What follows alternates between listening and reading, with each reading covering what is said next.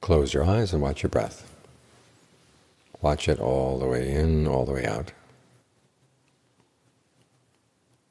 As for anything else that may come into the mind, just let it go. The word meditate, bhavana in Pali, means to develop. And you're not trying to develop random thoughts. You're trying to develop concentration. That means staying with one thing. Some people say, I have to wait until I can find a really quiet place with no disturbances, no responsibilities, and then I can get quiet. But that's making your goodness depend on your environment. If you had to wait until the world was perfect before you could meditate, you'd never get any time to meditate. It seems very determined not to be perfect. So you've got to find and make your own space in the midst of a lot of imperfection, where the mind can settle down, and try to perfect its mindfulness, its alertness, its ardency.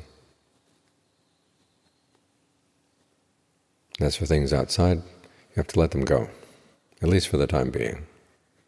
You have other responsibilities perhaps, but not right now.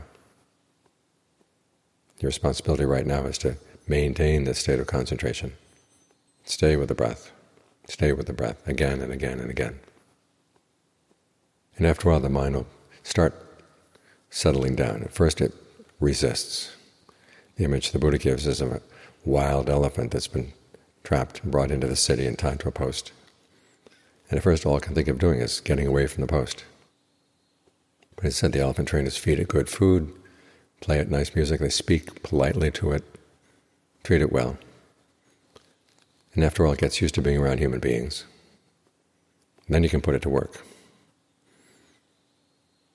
The same with the mind. You give it something good to think about, speak nicely to it, get it to settle down. And then you can put it to work, working on its greed, aversion, and delusion. But for right now, settle down, settle down. Create a good place for the mind to settle down by the way you breathe, by the way you talk to yourself. And some of the wildness of the mind will get tamed. When the mind is willing to taste the food of concentration and enjoy the food, it's like the elephant finally being willing to eat. That they know that's when the elephant is going to live. And in the same way, when you meditate well, then you begin to appreciate the well-being that comes from the meditation. Then you know your goodness has a chance to survive. So hang on right here. Make right here a good place to be. And the mind will ultimately be willing to settle down, happy to be here, ready to do whatever work it needs to be done.